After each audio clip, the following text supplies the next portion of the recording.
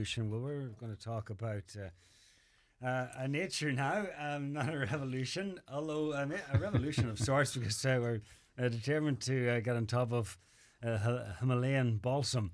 Aengus Kennedy of Nature Northwest is in the studio now. Aengus, thanks for coming in. Hi, John. Good to be here. So you're determined to lead off the good fight against this. Is this like similar to Japanese knotweed?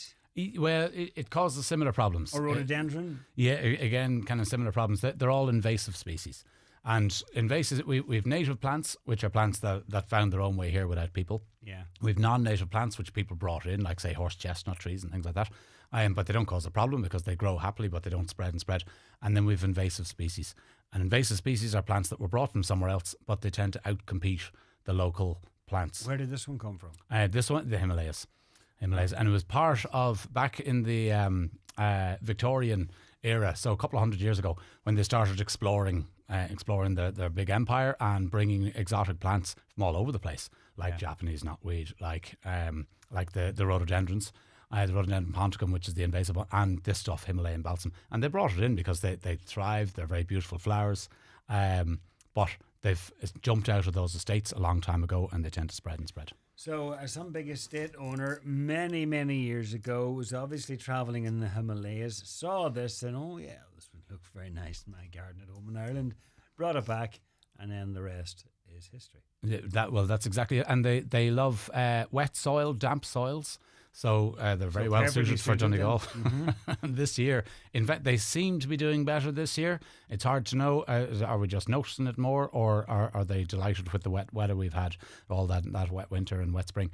But certainly they're thriving, and they spread really, really quickly. And the problem with them is they outcompete all the local flowers. So the variety of local flowers isn't there then for the different insects. Right. The bees love this Himalayan balsam. In fact, they actually prefer it to a lot of our native flowers. It seems to have a better reward of nectar, perhaps a richer brand of nectar, or whatever it is in the chemical mix-up of the nectar that they have. It lures in the bee better than the local flowers, so it outcompetes it that way. And then by growing much taller and bushier, it just outshades them, outcompetes. And then it dies off in the wintertime. So when it dies off in the wintertime, the river bank or the edge of the lake that the roots should be held together by native plants, those native plants aren't there. This plant dies off, and that leaves our river banks vulnerable then to flooding and erosion and all the rest. Okay, so it's bad on a couple of different levels. The only good thing about it is the bees like it. Well, the bees do like it, and so in the past, people even planted it on purpose for bees as bee food, but that's a disastrous thing to do, because bees, just like ourselves, they like diversity, and they've been growing here or flying here for thousands of years with our native plants and doing very well. So the best thing you can do for bees is plant native plants, by far the best thing you can do. And a very bad thing to do would be to plant something like this Himalayan balsam, because yes, it might be good for the bees in the short term, but eventually you're going to starve them out because you're getting rid of the rest of the food, and you're doing all sorts of other ecological damage. Okay, if you've got a question for Aengus about the Himalayan balsam or anything else, then feel free to text us or WhatsApp us at 086 60 25,000. So it leaves everything else, all the native species, in the shade, and it just leaves it that there's no room for them to thrive. And as a result, then we're left in a situation where we need to try to eradicate it or cut it back. And in comparison to some other invasive species, it is relatively easy to get a handle on, is it? Yeah, it is. Yeah, we're lucky that way. It's an annual plant. So each year, once it gets this kind of time of year, the little seed pods are developing, and they have an amazing adaptation that they can shoot their seed pods. If you go near the plant, brush off the plant now in the next few weeks, if the seed pods are ripe, and they're only kind of coming into ripeness now, other parts of the country they're ripe already, but they have a little trigger mechanism in the seed pod, and they can shoot it out 2 or 3 meters, but the parent plant dies. And the parent plant, its roots are very, very shallow. So even a plant that's 3 meters tall, you can pull up very easily with very little effort. Okay. And that's the good thing. Describe it again. What does it look like? How would we identify it if we see one? Yeah. So at this time of year, there's quite a few plants that are purpley pink, and are out. And in fact, a lot of butterflies prefer purple and pink, and a lot of the ones that are emerging now, they like that colour. And there's a couple of willow herb species that are growing along our ditches that are very common in Donegal, and they're not necessarily a problem. People can sometimes mix them up. Whereas the Himalayan balsam, it also grows tall like the willow herbs, up to 3 metres. But it has this amazing kind of trumpet-shaped flower. In England, it's called the policeman's flower because it looks a bit like those old English policeman hats. Remember those big, funny, roundy hats they used to wear? So it looks a little bit like that. Beautiful purple, pink colour. And it's quite large. Is it like the ones that we pop in our hands? Not like the fuchsia. No, a little bit. It's bigger again and roundier again. Okay. In fact, I'll hold up a little image of it to the camera there now. Hopefully that can focus in on that. Okay.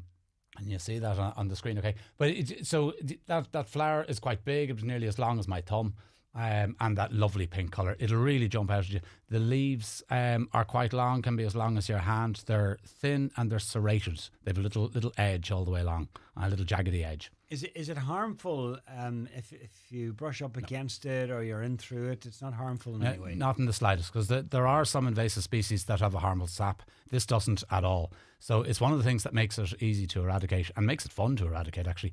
With a party of people, you can get through a big line of it very, very quickly. Very shallow roots, as I say, so really easy to pull up and doesn't do you any harm at all. Balsam bashing. Balsam bashing. That's what it's called? That's what it's called. Get together a balsam bashing party. Yeah, and if you just need to vent a little bit after a busy day, no better way than go out and find your local balsam and start bashing it.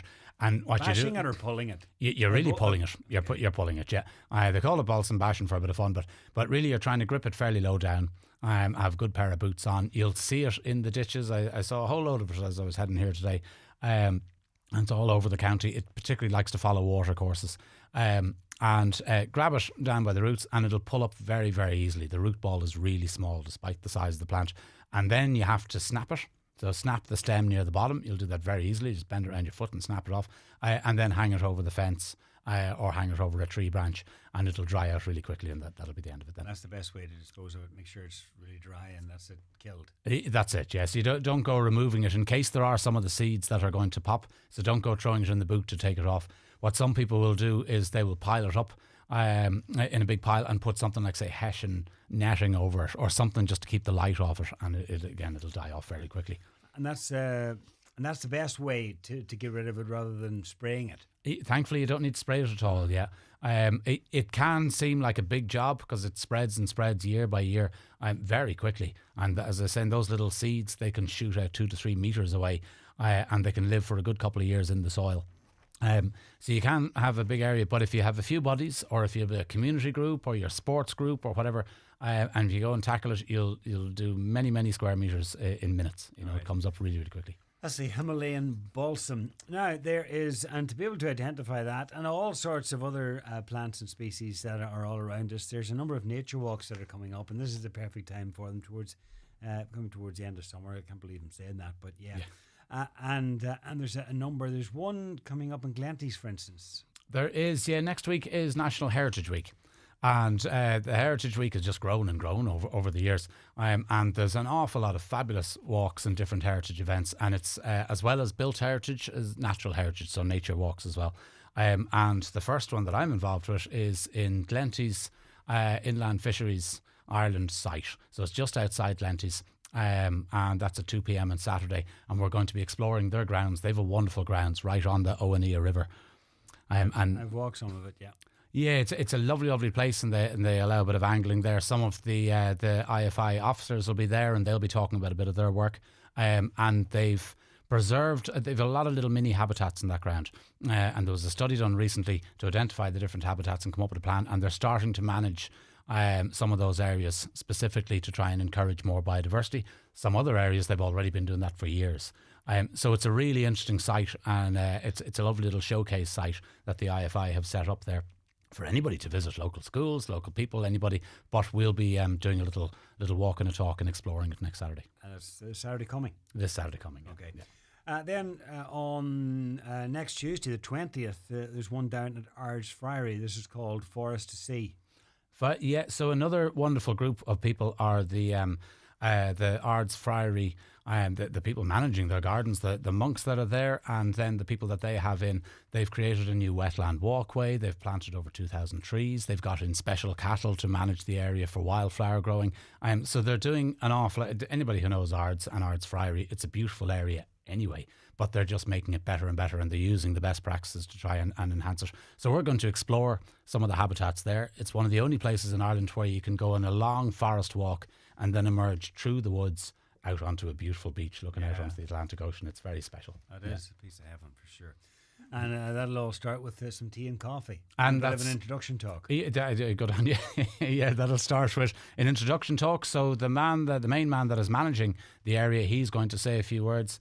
And Julie Corrie, our new biodiversity officer for Donegal County Council, she's made this walk possible. She's going to say a few words as well and tell a little bit about some of the upcoming consultation things that she's going to be involved in. Okay.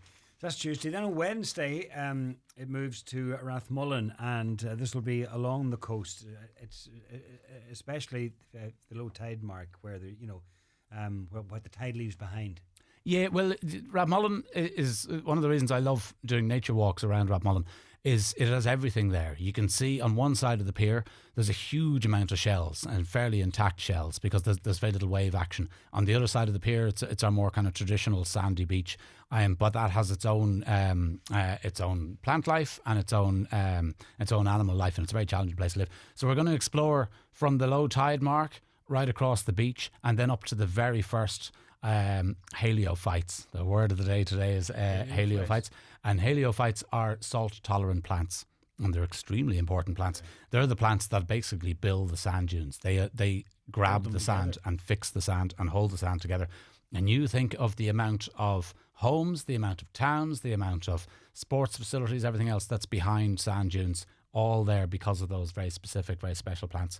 So we'll explore some of those, look at how they do it, and then finish off by going up into Bats Walk, the lovely woodland walk that's behind. So you get a real spectrum of habitats all side by side within a few steps of each other. So out at ours, it will be from the forest out down to the beach, and in this case woodlands and beach, so good combination as well. Good combination as well, and very different kind of beach because you're so far down the estuary, so you start seeing the reason why we get those 20 to 30,000 winter birds that'll be hanging out in Lough Swilly arriving in the next few weeks, and you start seeing why that area is so important for them, And then on Thursday, an indication of just the great diversity and the rich vein that we have to tap into when it comes to nature walks is the fact that you're able to go out to Garton and out to the Glebe House and gallery out there. Yeah, so we're going to do a walk. We're going to meet at Glebe House